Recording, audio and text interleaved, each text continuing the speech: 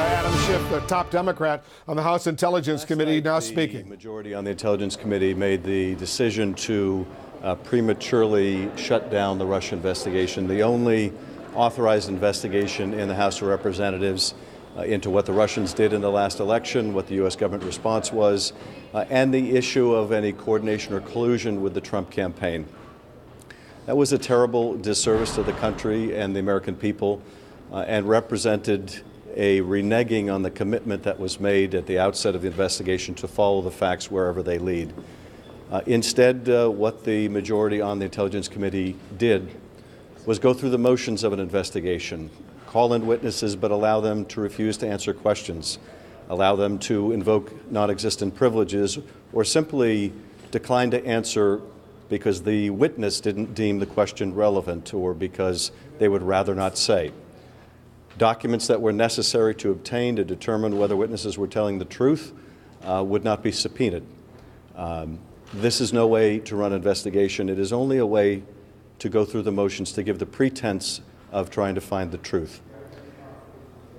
We are going to do our best to continue our work.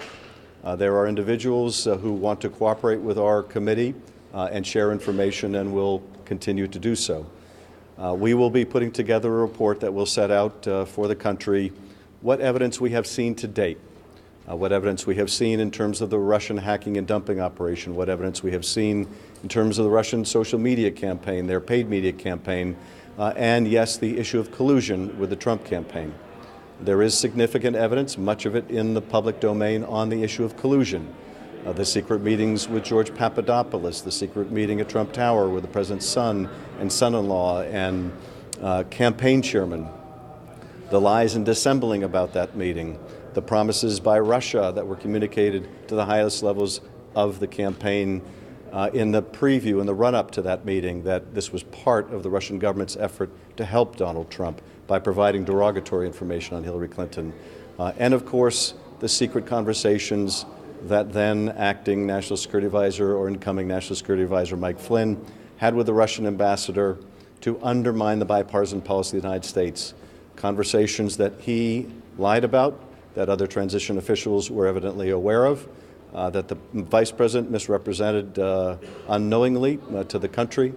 All of that bears on the issue of collusion. There are other facts outside of the public domain. And of course, one of the most important parts of the investigation is putting the pieces together. But still, there is work to be done on that issue and on others, work we have not been allowed to do. Our committee, for example, has not even interviewed George Papadopoulos. But there are witnesses that were involved or knowledgeable about the Trump Tower meeting who have not been brought before our committee. There are text messages we have not sought to subpoena. We are releasing this evening a 22-page status report on the investigation that sets out some of the key witnesses that the majority has been unwilling to bring in, the key documents they have been unwilling to ask for, the witnesses who have come before our committee and stonewalled on key questions, so that the public can see just how incomplete this effort was. Sadly, from a very early point in the investigation, the chairman made the decision that his mission was not to find out what Russia did, not to determine the role of U.S. persons, but rather to endeavor to distract the public, to put the government on trial. That problem persisted throughout our investigation and has led to its premature conclusion last night. But the work is too important to leave undone. In particular, the American people need to know whether the Russians still have something they can hold over the president's head, the President of the United States. So our work is far from done, and we will be submitting to the public a detailed account of what we have learned to date and the work that has to be done, if not by us, then by others, so that the country can be sure that its administration is acting in the best interest of the country and not because of leverage the Russians may have over the President of the United States. And I would invite my colleagues to share their thoughts as well. Yeah. Please. The ranking member has elucidated the damage that will be done to the truth with respect to the Russian interference and possible U.S. person collusion. Sadly, unless we're successful in continuing this investigation, It will be difficult for the country to ever know exactly what happened and therefore to respond with one voice. I want to highlight just very briefly, however, some lasting damage that the premature ending of this investigation will do to Congress and to the separation of powers. As many of you know, because the ranking member has detailed these issues over the course of the investigation, any number of witnesses have asserted historically broad and unprecedented exemptions for testifying to the United States Congress. We saw in the case of several witnesses an expansive and historically unprecedented claim of executive privilege.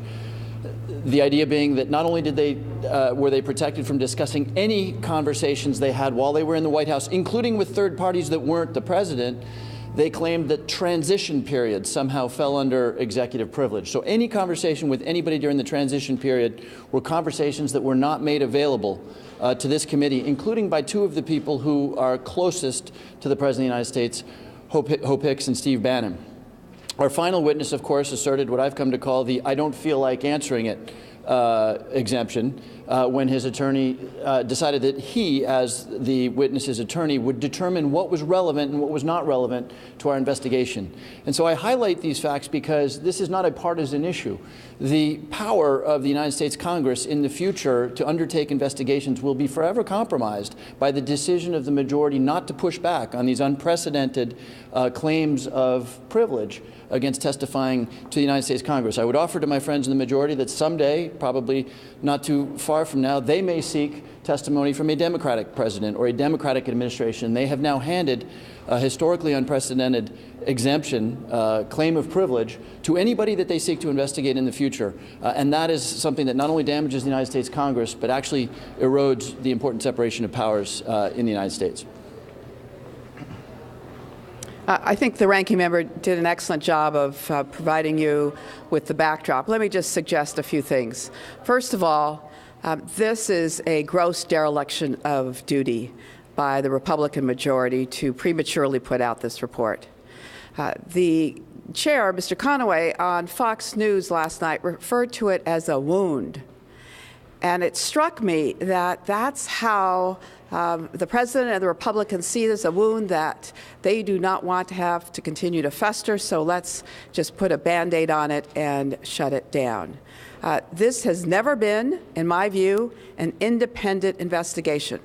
And I think this report, once it becomes public, will suggest to the American people that this is a playbook from the president that has been recalibrated to be a report from the Intelligence Committee. This report was cooked before it was ever baked. And it is a truly desperate attempt, I think, by the majority to undermine what is a very important function. Two other areas that they spend very little time on. The fact that the intelligence community knew in 2015 of the Internet Research Agency. We have not spent a minute talking to the intelligence communities, doing our oversight in terms of why they did not act more deliberatively in dealing with that issue and bring it to our attention sooner. And secondly, the election equipment throughout this country, I think, is in shambles. We have a responsibility to investigate it, to determine to what extent hacking is feasible, and to make sure we have a system that is truly independent and not subject to any kind of malfeasance. All right, so there you have Jackie Speier, other members of the House Intelligence Committee, the Democrats reacting very angrily to the Republican members of the House Intelligence Committee, their conclusion that there was no collusion between the Trump campaign and the Russians. Adam Schiff, the top Democrat, saying there is significant evidence of collusion both in the public domain as well as facts outside the public domain. A significant difference, Gloria Borger.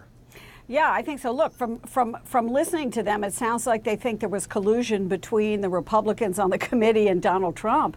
I mean, you just heard Congresswoman Speier say that it was cooked. They are now going to release their own 22-page status report, which I assume means a list of things that they have yet to do and questions that they believe still need to be answered. So, these are very upset Democrats who believe that the Republicans have whitewashed their investigation, and they're still going to try and get to the bottom of things. But Wolf, as you know, this is what control of the Congress is about. They don't control the committee. The Republicans control the committee. So all they can do right now is squawk about it.